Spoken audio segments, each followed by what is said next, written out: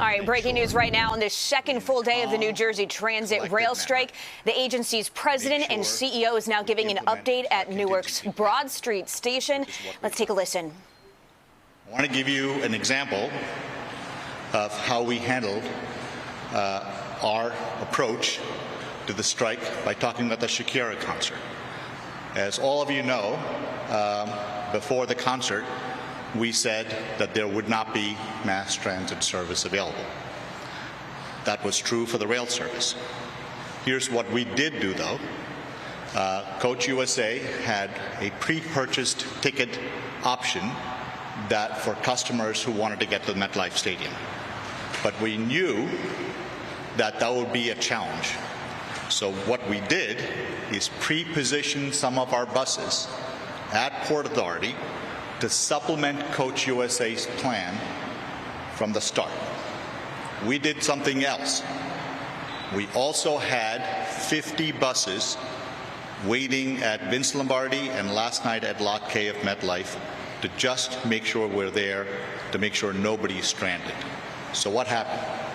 Within 45 minutes of the concert being done, New Jersey Transit quietly but efficiently moved every single person that wanted to get on a bus out of there. That is a testament to calm, quiet, but very efficient planning and execution. That is what I'm so proud of my colleagues for doing.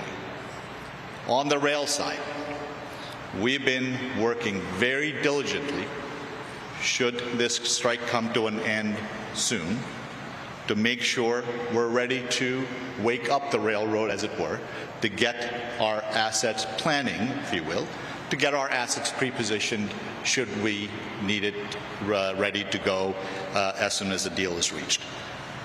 That gives you a sense of how we're handling it. Did we see some overcrowding on some of our bus lines?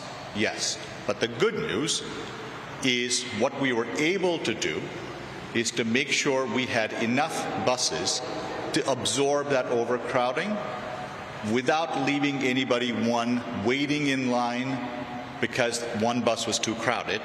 Our positioning of buses was efficient to make sure every person who wanted to get on a bus had a bus available. And should the strike move on to Monday, we will do just that in a much more enhanced manner. What I'm suggesting to you is not that we don't understand the impact that the union's decisions to go on strike has had on the 350,000 customers. But what I am suggesting to you is I am so grateful to the extraordinary work of men and women at New Jersey Transit to step up and try to meet this moment and try to make the lives of the customers just a little bit easier as they navigate through this very challenging moment. The other thing I'm so proud of is our ambassadors. You've seen some of them here this morning. We had our non-aligned workers, if you mean non-aligned, non-union members, who worked so tirelessly since the strike to make sure they're at train stations, to answer questions, to help people to get to where they need to go in a moment that is challenging for anyone. That gives you a sense for how we're doing it. But let me pivot to the status of negotiations for a second.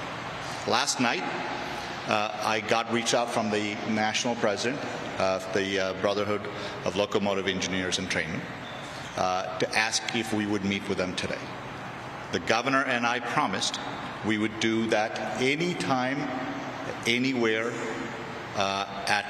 to discuss, to see if we can get to a resolution on this issue.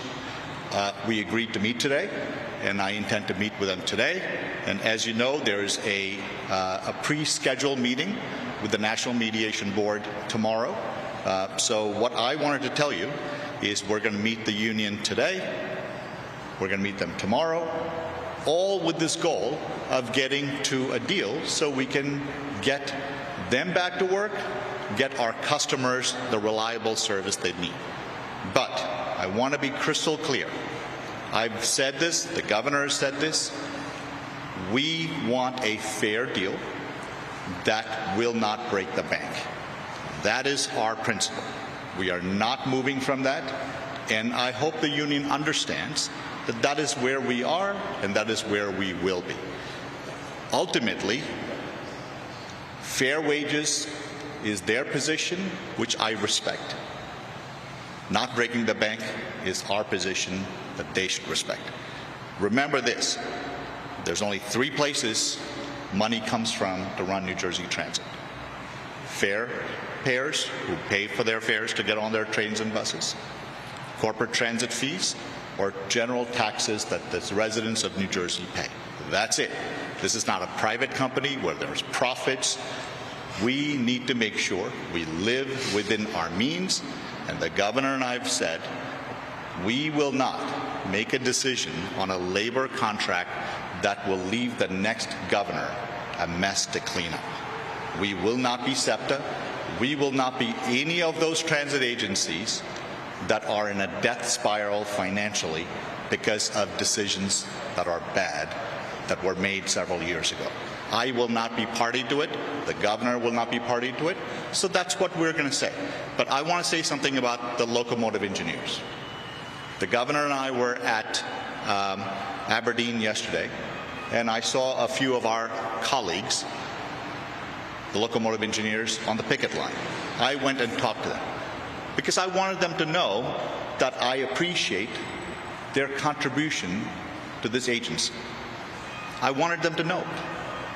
I don't have any ill will against them. Neither does the governor, and neither do any of my colleagues who are here with me.